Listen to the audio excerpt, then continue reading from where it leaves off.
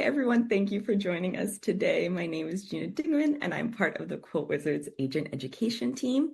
QuoteWizards supplies high-intent leads and calls to captive and independent agents. Few housekeeping notes. We are so excited to have Aaron Chavez and Julia Lockhart with us here today.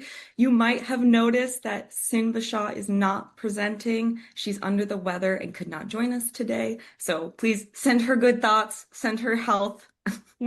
It sucks to be sick. I know we've all been there. But again, thank you to Aaron for stepping in. We're so excited to have him. He is a senior elite account manager and has been with us for 5 years. Julia Lockhart leads ongoing training for representatives. She blends her background as an instructor into a unique people-focused approach. Julia's training style emphasizes empathy, your communication, and adaptability. Key qualities that I think we all believe drive exceptional client service and team success, which is our topic today. So we're so lucky to have both of them with us today. Thank you for taking time out of your day to be here with us, and whenever you're ready to take it away. Absolutely. Hi, everybody. It's so good to be here. Just give me a second here to share my screen.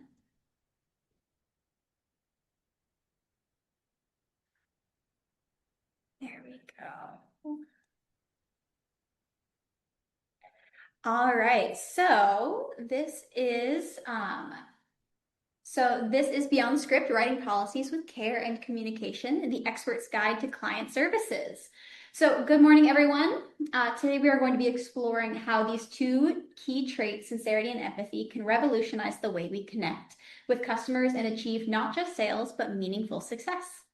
Whether you're new to sales or a seasoned professional, this is an opportunity to develop skills that build stronger, more authentic customer relationships. And by the end of this session, our goal is that you have gained actionable strategies and tools to lead conversations with integrity and emotional connection with customers. Hi, everybody. My name's Aaron. Quick question for the audience. Who do we go to for recommendations? Probably reviews online and our friends. And what do these things have in common? Well, they have our trust.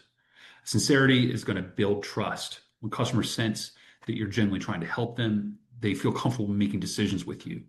Customers aren't just buying insurance. They're looking for someone who truly understands their needs, concerns, and goals. Being sincere and empathetic turns a simple transaction into a trusted partnership. And when we add empathy, we move beyond just understanding their needs. We connect with their emotions and motivations. This combination creates authentic, lasting relationships. It's no wonder repeat business and referrals thrive in environments of sincerity and empathy. Just think about this.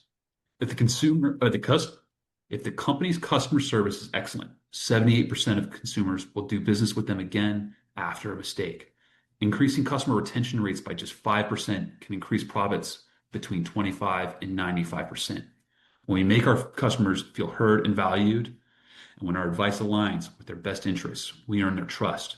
And trust is the foundation of any successful sale.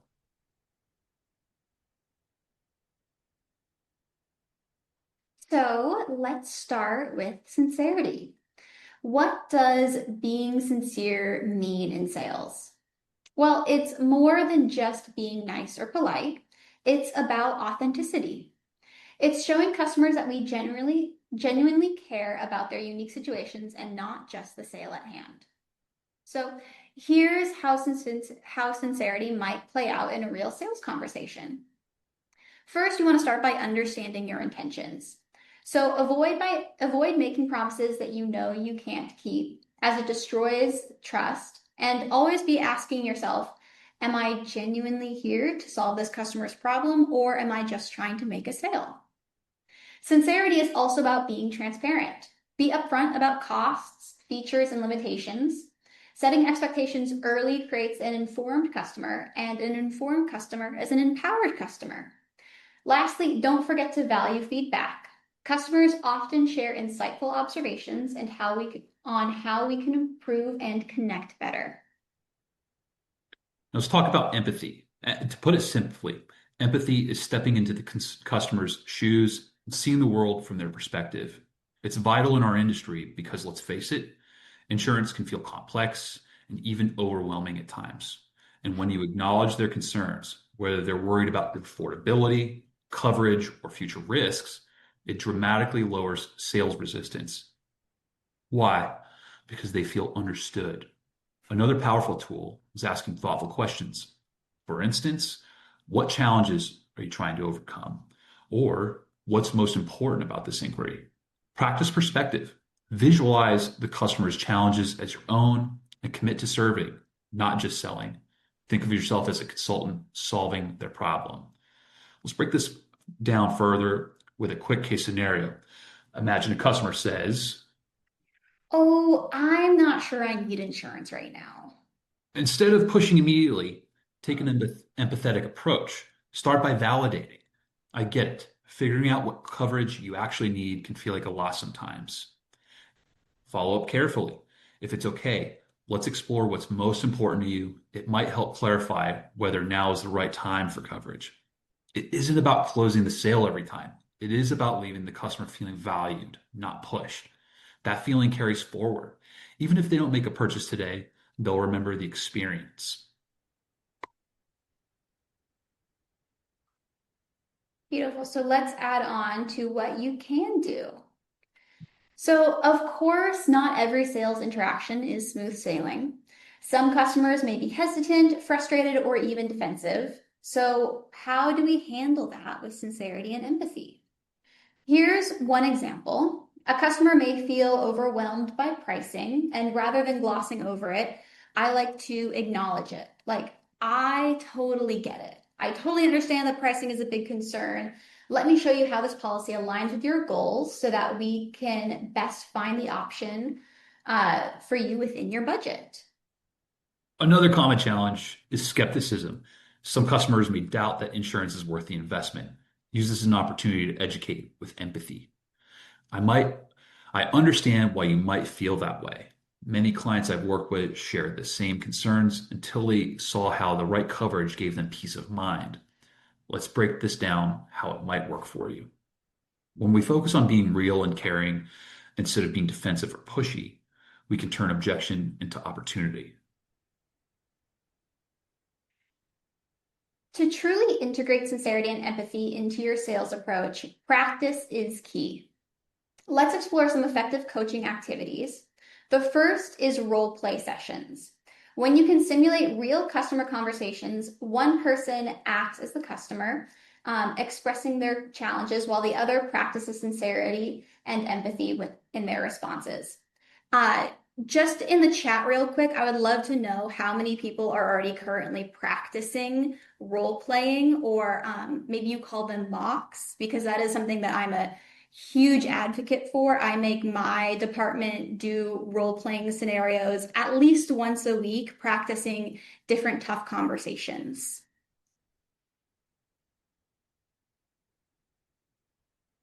Daily. Oh my God, Izzy, that's incredible. I love that. So yes, I absolutely am a huge advocate for role-playing sessions. I know that when I started with my department, they were a little hesitant about it at first, but they've really warmed up to the idea, and it's been a great way to also workshop new scripts and just ways to overcome different objections and being able to kind of bounce ideas off of each other. And creating that safe environment allows for everyone to really experiment a little bit more with how they want to maybe refine their approach. But to move on, another impactful exercise is empathy mapping. This involves creating a detailed profile of a customer by asking, what emotions are driving these decisions? What challenges are they currently facing? And what goals are they trying to achieve? You might have seen online, there is a popular exercise called empathy mapping where you create like a 4-way grid. And this is something that we can also add in our follow-up materials when Gina sends this out to you guys along with the recording, where you basically write out thinking, feeling, saying, doing. So a customer might be saying, this, but then trying to exercise that empathy by filling in the other three quadrants of what they're thinking, what they're feeling, and what they're doing, just to help practice visualizing the whole scenario that the customer might be feeling in that situation, or what might cause them to act a certain way, or what might cause them to say something, or so on and so forth. We also recommend story sharing, reflecting on interactions with customers, both the ones that went well and those that presented challenges are also incredibly valuable. When you learn from these stories as a team, it strengthens everyone's ability to connect authentically. Finally, add mindfulness practices to your routine. Simple meditation exercises can help you stay focused and present during conversations. This ensures you listen actively and respond thoughtfully and enhance overall customer experiences. This is also, not to get too much into the mindfulness practices, a great way of mitigating stress throughout the day. Sales is a very high stress environment. You're always trying to meet quotas and different metrics that it can be hard to stay present, especially when you're in the midst of a conversation. Something I found, at least on the CS side, is when you have maybe a difficult conversation, just being able to acknowledge it, even if you don't say it out loud, but internally, really helps quickly overcome those feelings so that you cannot carry that over to the next phone call. Because the last thing we need is for a snowball effect of maybe having a bad conversation with a customer at the top of the day and then kind of letting that compound, especially if maybe you're doing, some outbounding and you're calling consumer after consumer in the book of business, and you keep getting shot down. It's hard to overcome that if you don't let yourself just be like, wow, that was kind of tough, and then just let that sit and move on. The practice is mostly in just making sure that you're not carrying that over to each call so that you can maintain presence and also positivity. By incorporating all of these activities, you will build the habits necessary to align sincerity and empathy with every conversation and watch your connection and results flourish. Here's how you measure improvement. First, track customer feedback. Are they mentioning your sincerity or how well you understood their needs? It's a great sign of progress. And don't forget to self-evaluate. After every interaction, ask yourself, was my focus on the customer's problem or just the sale? Did I provide empathy and earn their trust? Last but not least, monitor conversion rates for sales driven by emotional connection rather than pressure.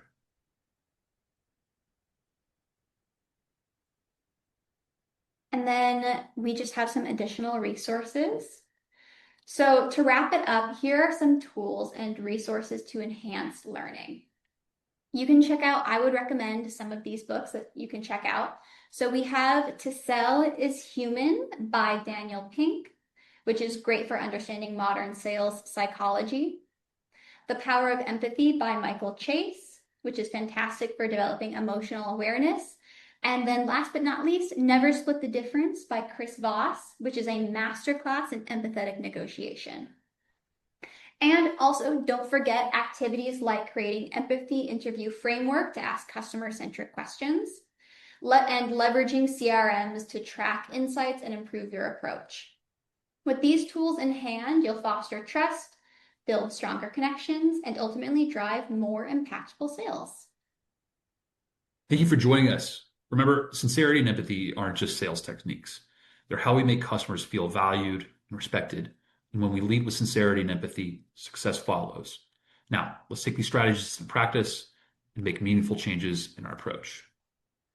The floor is open for questions. Yeah, I was going to say, okay, give them your tough questions. Like, Yes. What's the team coming with you? What customers are, just really, getting your goat? I know we'll give a minute for them to come in. I'm excited. Oh yeah, and if you want to put them in the QA and ask. Yeah. I can definitely riff. I know that, like, for instance, a little insight into like what we're working on here at QuoteWizard right now is we're really trying to refine our active listening exercises to be able to guide more productive conversations.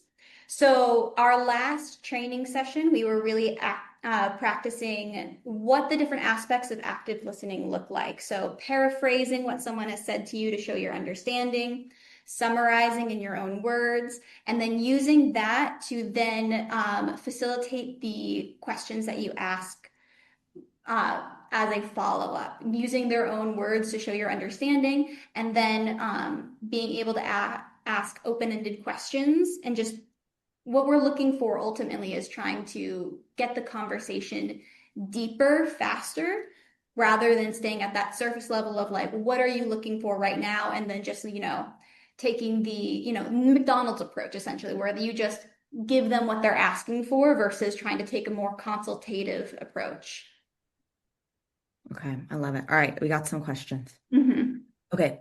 Ooh, what is the best approach to the most common objection? So, like the best way to address a common objection. Mine is it was in our slide briefly, but mine, and this is the one that I trained my department on, is totally get it. Like I think when it comes to overcoming objections, people jump to, especially when it's a common objection, everyone's got their scripts. Everyone's got their go-to lines that they say, and it's kind of almost like you see into the matrix briefly, and then you see all the diverging timelines of how this conversation is played out in the past, and you just jump right to the end and go, ah, yes, I've heard this objection before. Here you go. But what happens in that moment is that you stop listening to understand in that moment, and now you're just listening to respond. Like, oh, I've heard this objection like a million times, and I already have like my catchphrase, my script locked in, and I'm now just waiting for you to stop talking so that I can say it to you. What I like to add in is some kind of emotional like validation. And something I tell my reps all the time is that you can validate what someone is saying to you. You can validate the emotions behind what they're saying without validating, their grievance. You're not necessarily saying like, oh yeah, no, this policy is not really necessary, but I want you to take it anyways. You're saying like, oh my God, yeah, that's a totally valid concern. Let me take a moment to explain it a little bit further, see if this helps it understand. So the key there is just asking, or the key there is just validating what they say. And my go-to phrase is always like, I totally get it. And maybe you want something that sounds a little less Valley Girl, and that's fine. You can choose that for yourself. Yeah, but be yourself. They love that. Or But be yourself. the ones that And care. maybe being a Valley Girl is, very natural for you. In which case, I totally get it. I would say Jake has, I feel like, the number one question right here. How do Rude you and cold. empathize with someone who just starts off rude and cold? They're not having a good day, especially when you're trying to provide them that with coverage that benefits them. So you're trying to help them and they're Mhm. just not having it. Oof. I know. It's gonna sound like a cop out, but I kind of did the exact same thing. Um, this was maybe like It's no, a fake it till you make it kind of situation, though. We say well, empathize, but we're just. well, not necessarily. I mean, I think there is a way of approaching people like that with like radical empathy that kind of like throws them off their game a little bit. Because sometimes people do get on the phone and they're like kind of looking for a fight, and if you go like, oh my God, I know, right? Like. This was a while back when I was still on the phones because now I do mostly training and other things. But I remember I got on the phones and it was like first call of the morning. And I pick up the phone and, like I'm doing my whole spiel of like, thank you for calling QuoteWizard. This is Julia speaking. How may I help you? And the person right off the bat was like, I have been waiting for 15 minutes. Do you call this good customer service? And I went, oh my gosh. I know it's been crazy this morning. I haven't even had a chance to get my coffee yet, but thank you so much for waiting. How can I help you? So I didn't try and like address, is this what you call good customer service? Like waiting 10 minutes on the phone, like it's first thing in the morning. I didn't address any of that. I just went, oh my gosh, I know it's been so crazy. Thank you for waiting. how can I help you? So I addressed it in its own way of like, we don't need, yeah, we do, that's right. We don't want you to go down that rabbit Yeah. hole. And it's important to make sure that we're addressing, especially combative comments like that in a way that isn't that is still like, acknowledging the frustration that they gave you without validating what they've complained about or necessarily brushing right over it. Because if we don't acknowledge it at all, that's where maybe their frustration on their end can have a chance to compound. So we need to be able to kind of like, like just like put that fire out real quick and be like, "Oh, I totally get it. Nobody likes to wait on hold. Thank you so much for waiting, though. It's been so crazy this morning." And just being able to provide additional context of like, yeah, it's super busy. Thank you for waiting. Um, without, I feel like I'm just kind of repeating myself now, but yeah, Yeah. it's about addressing the feelings, addressing the frustration, and acknowledging that in a way that doesn't validate validate their frustrations or validate what they're complaining about. Because most of the time, it's not even fair. It's a clever pivot, Hmm. and having the wherewithal to and the emotional intelligence to be clever enough to pivot the conversation back to what's important, which is talking about coverage or solving a customer service need in the example that Julia provided. Um, and it takes so much practice uh, going through those motions.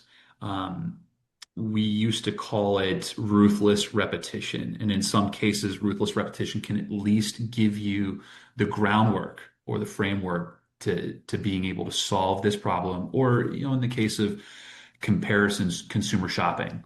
Um, hopefully, I don't know if that answers anything, but I'd be happy to talk more. Yeah. I love, I was also gonna say, Justin, I have to call this out because he had the best comment. He said he got told from a great coach, don't take it personal. Their husband may have chewed his food wrong that day.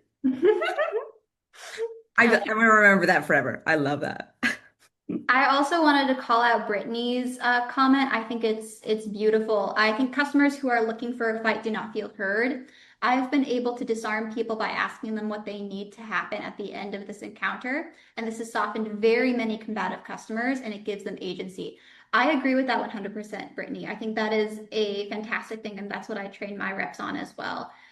Sometimes it is as simple as asking them like, what do you need to see happen in this situation? And even if it's not something that you can deliver on, at least you now have something to go off of. Because if we don't know what they're truly asking or what they truly need to feel like helped, then we can't even really progress in the conversation until that has been addressed. So absolutely, I love that. Rosalie asked it, how do we deal with leads that don't answer or respond to emails?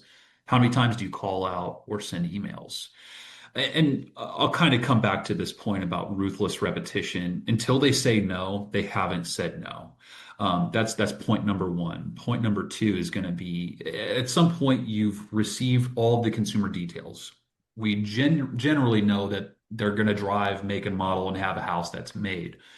At the end of the day, those items need to be covered. And if you're a carrier or a captive or an independent, your product is going to protect the thing that they've purchased. And I can't emphasize just how important that is for consumers to protect what they have. And I would just add on to that too. You can be honest in that you are, you feel that you're talking to them a lot. So don't be afraid to call them out, call yourself out in a way, but do acknowledge that you are helping them. You are there to help them.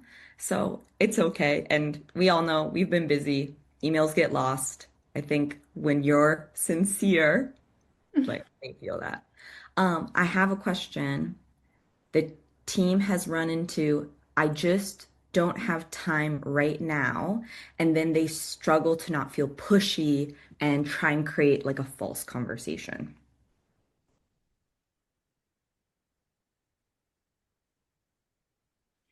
Yeah. I mean, well, first off, if they didn't have time right now, they wouldn't have picked up the phone. Um, So clearly they do have some time. So it's a matter of typically I think when we're getting into that phone call of like, I don't have time right now, we've already broached they're feeling pushed on and they're trying to quickly get out of it. So that would typically mean the hard thing about hearing that is that you've already made too many assumptive statements or maybe talked too much early on in the phone call to the point where when you start hearing that, that is they're trying to get out already. So we should have been doing more retcon early on.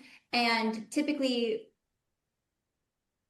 I'm trying to think, the most streamlined um, sales close when I was still on the sales side just came from me asking questions and then waiting. I would hold off on my pitch until like the last possible second, where it's like, hey, I've listened to you tell me a lot of things. These are your concerns. And I'm showing my active listening by just repeating to them what they've said about like, I hear so far, like, these are your concerns. This is what we're trying to solve. This is how we're going to overcome it. Here's what I have for you. This is why I think this is going to be your best option, and this is your best cover. Like, this is going to be your best policy. And based on everything you've told me, and then I use my ability to not only remember what they said, but I'll even use their own words to show that reflection, because people are usually more responsive to people who talk like them. And so that doesn't mean necessarily that we want to, if someone has an accent, we want to adopt that accent as well. But if you can start adjusting in real time the way that you speak to mirror their vocabulary or their verbiage or their cadence, that automatically on like a psychological level makes the person feel more like they're friends with you. Essentially, it's a good way of simulating a close relationship quickly. And then just using that. I think there was a recent study, actually. Hold on, let me see if I can screen share it recently. Gong Labs put out a where is it now? Gong Labs put out I think it's actually here. Hold on. Let me stop sharing real quick. Put out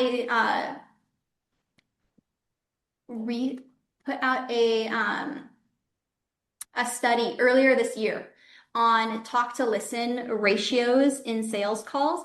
And essentially what they found is that you should be talking for 90% of the most successful salespeople. You should be talking about 43% and listening 57%. So it's just ever so slightly flipped the scale. So you should be making sure that you are listening more than you are talking. Oh, thank you, Gina. You dropped that in the chat. I love that. When sure. you should be listening more than you are talking when you are on these initial calls, especially when it is in the discovery stage still, because that is what makes a person feel heard. No one's going to want to stay on the phone with someone who is just talking at them and giving them the full elevator pitch, because I have no reason to care. You don't know what my concerns are. And I just feel like I'm another number right now. But if you reach out and start having a conversation and you want to make the conversation or the sale feel like it is consumer driven, even though you are still kind of puppeteering things from the back. You want it to feel like a consumer led conversation. Otherwise, you are going to run into those situations where if someone's throwing up like, I don't have time to go over this right now, that it's already too late. Like they're trying to get out of there because they feel talked to, in which case you're going to have to do a lot of in the moment like retcon. But this is a great study on the different statistics for talk to listen ratios, and it also really goes over different aspects of active listening in the sales pitch. So I highly recommend giving this a read through. It's got some really great stats and data in it. I'll tack on to that point, and I'll just say when somebody says that I just don't have time right now, I'm going to be honest. I've said it within the last 6 months. Somebody was cross-selling me on an insurance book of business, and I didn't really feel like saying yes, and I didn't feel like saying no. I was a maybe on everything, and I use that as a funny kind of meta way of referring back to our slides, which is to share personal stories. At any rate, having them answer the question one way or the other kind of gives you a direction on how you want to take it. Because if they're not interested, well, that's an easy one. If they don't have time right now, uh, I'm sure you are encouraging your team to find other times to engage with prospects.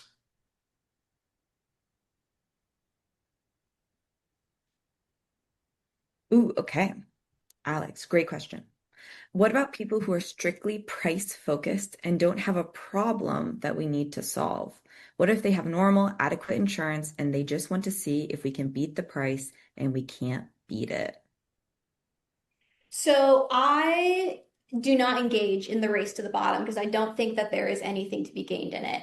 And I think consumers that are trying to um, participate in that like game of like who can give me the best quote or who can give me the lowest price have not been sold enough on the benefits. So that is more of a conversation of, what are we actually getting for this price? Because in my experience, people are willing to pay a lot of money if you can justify the price.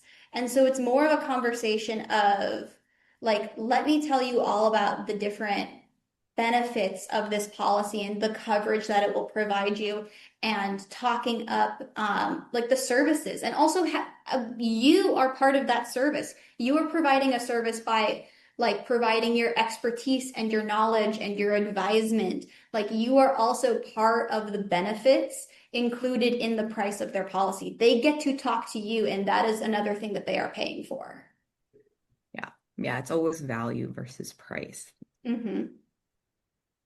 And then I like Brittany. She says, I always listen to what someone says two or more time. That lets me know their true need. Yeah, I think there's a lot of like discovery that can go on because Mm-hmm. they might not feel like they have a problem, but you know that they're undercovered. And then you can kind of be, you're here to help them. You guys help people. So it's a great opportunity to showcase how much you care. Yeah. I saw, what was it? I think it was someone up. I wanted to point out. Um, Izzy also had a great comment for overcoming the objection if I don't have time right now.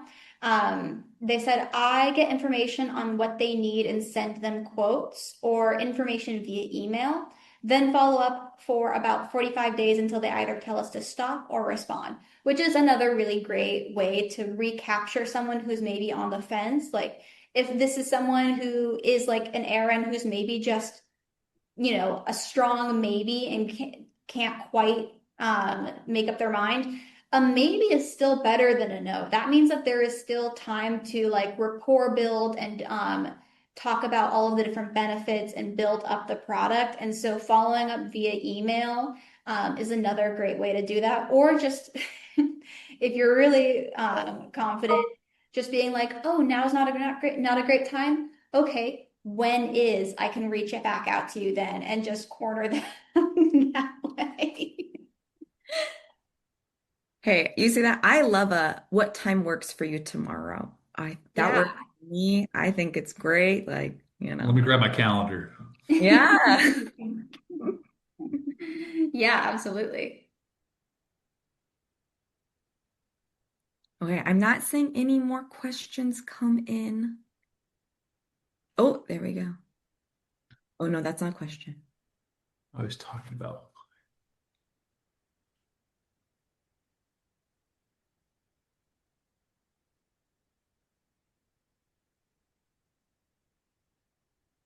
Ooh, Okay, I'm gonna bring back Tanya's. I like this. She has two options. What's better tomorrow at 1 or Friday at 5? Yes, give yeah. specific times. Love that. Okay, sorry. Two questions came in.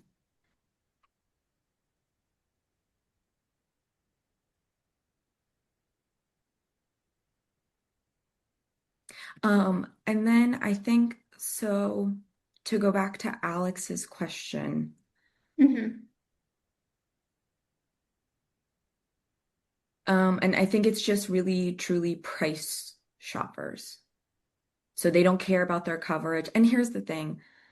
I'll let the experts, Julie and Aaron, answer this, but you can't make people care about things that they should. You can lead a horse to water, Hmm. but sometimes they don't want to drink to their own detriment. So I was gonna say, you guys know, sometimes that happens, and you got to cut them loose. But Aaron, Julie, if you have any tips I for gotta wonder if that person would be a friend of mine. Somebody that just doesn't want to listen and just wants to lowball me every time. Yeah, I think I would still double down. I mean, obviously, when we're dealing with the public, not even if you are, there was this sales quote that I heard years ago, that 10% of people will buy no matter what you do. So you could be the best sales rep on the floor and do everything right. And this person's still not going to buy. They're not going to buy no matter what you do. And then 10% of people are going to buy no matter what you, or 10% of people are going to buy no matter what you do. So you could mess up every single part, but they walked in with the intention of buying a policy, and no matter how badly you mess up the sales process, they're still going to buy with you. But that still means that 80% of people are kind of in that middle area that you can sway. Yeah. With someone like this, I still think like the best approach is education. Like informing someone that like the cheapest policy isn't necessarily always the best policy, and really kind of it's your approach, Alex, of what you want to spend your time with. This might be someone that you need to have like multiple conversations with to talk up and really build that rapport, because this is probably someone who's been like price shopping for a while. They're probably policy hoppers. They are constantly looking for like a lower and better quote. And in which case, your best options are going to be educating on the benefits and also building up that rapport. Because if you are able to make yourself feel like their friend, people want to do business with people who are their friends. Like if I've got like, I'm here doing a webinar with you guys because Gina asked, and Gina's a good friend, and I don't want to let her down. And it's also such a great opportunity to be able to talk to you people and share what I've been training on and working on for so many years. But again, it comes back to, can you build up rapport with this person, and can you really make them understand the benefits? I'm also going to call out Chris's comment on that, which I think is so Yes. true. And we know Joseph Puckett says all the time is that paint that picture, tell them a Mhm. tale, because we love stories. We respond to them. Yes. It's emotional. Yeah. Aaron, what you got? You're here No, to I was just backing it's it like up. I liked Chris Wilson's stuff in there. I was Yeah. saying, okay. Ooh, okay, so sorry guys. You have such good comments. I'm like looking for the question. Oh my goodness. Okay. We've got, do we see Ivanka's? We've got a runner. Okay. They had a prospect say they want a quote. Okay, we want a quote. Amazing. But they were at the doctor's office. I called back. They did not answer. Then I called the next day and they were heading to the eye doctor.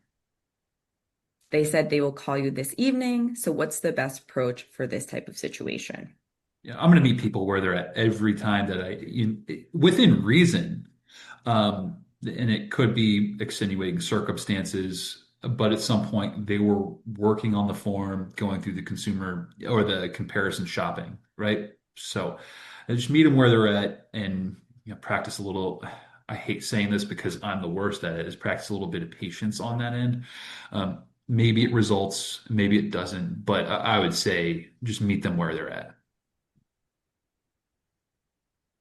Yeah, absolutely. It's hard, especially when you feel like you've got a sale on, like you've got a sale on the hook, or like a sale on the line. Like when a prospect is being evasive, it's hard to not allow that energy of like that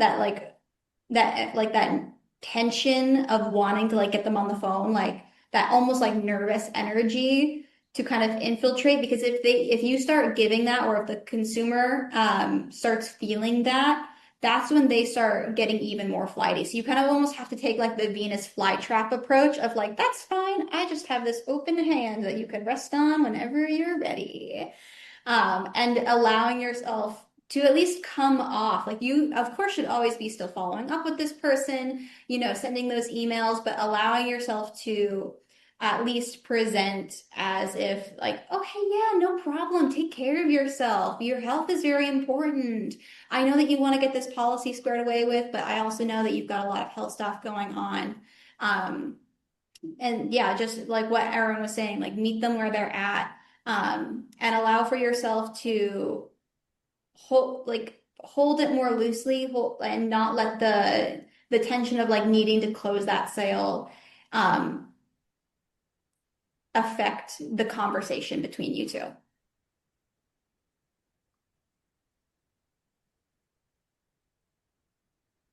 Okay, it's my final call for questions. I feel like I say that and then a bunch come in and I love it.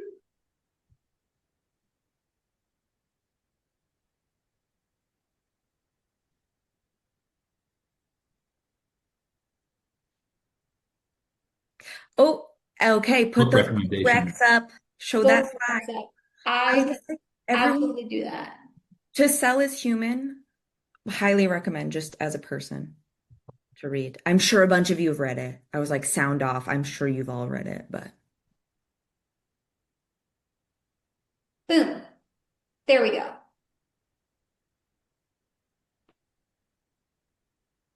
oh, okay. And I'm gonna call out Jeffrey's comment just because I think it's helpful. Um, He said that the things he's learned most from sales is that time kills all deals. He is talking about life insurance policies, at least, which I think is a very fair note. So he tries to pursue while it's fresh and try and get them improved and going in the moment and touch on suitability and pricing as well. And I think that's fair. I think that Mhm. sometimes. And especially, yeah, on the type of product you're talking to and selling, time can make a difference.